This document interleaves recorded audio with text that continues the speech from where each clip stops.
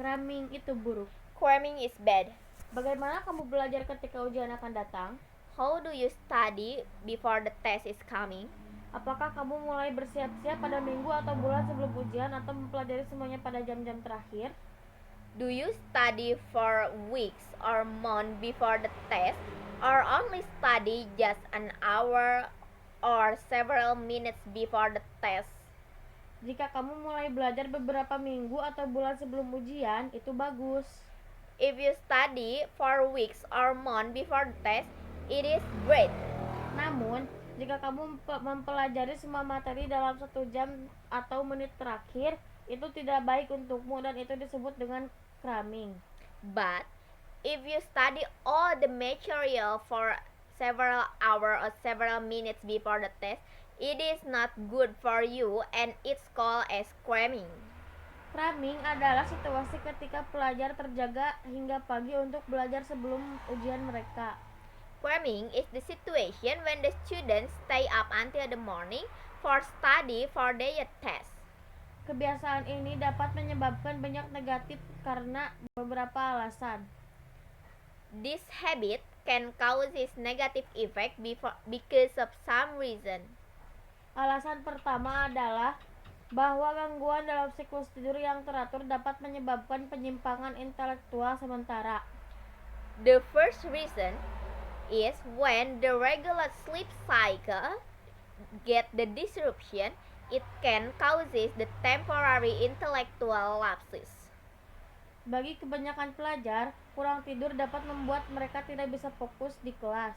For most students, when they have not enough time for sleep, it can causes they didn't focus in their class.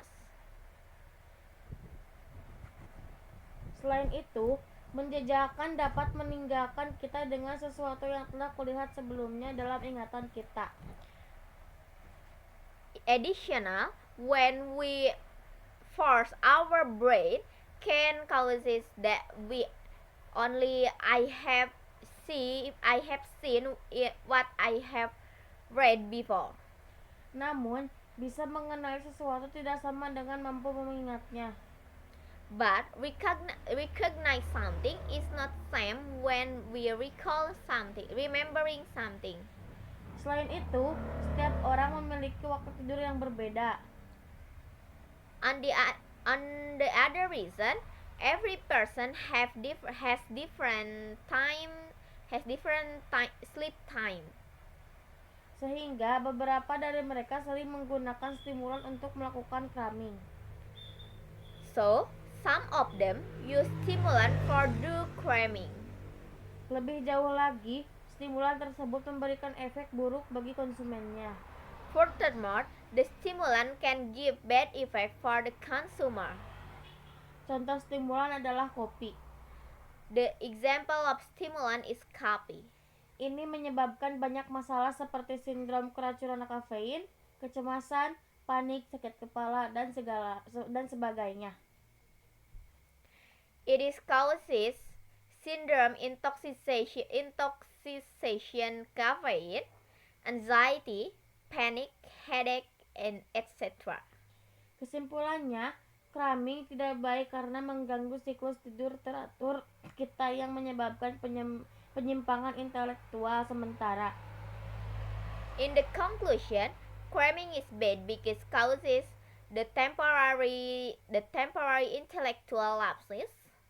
Dan menggunakan stimulan untuk cramming memberi efek buruk bagi kesehatan kita. And using stimulant for cramming give bad effect for our health.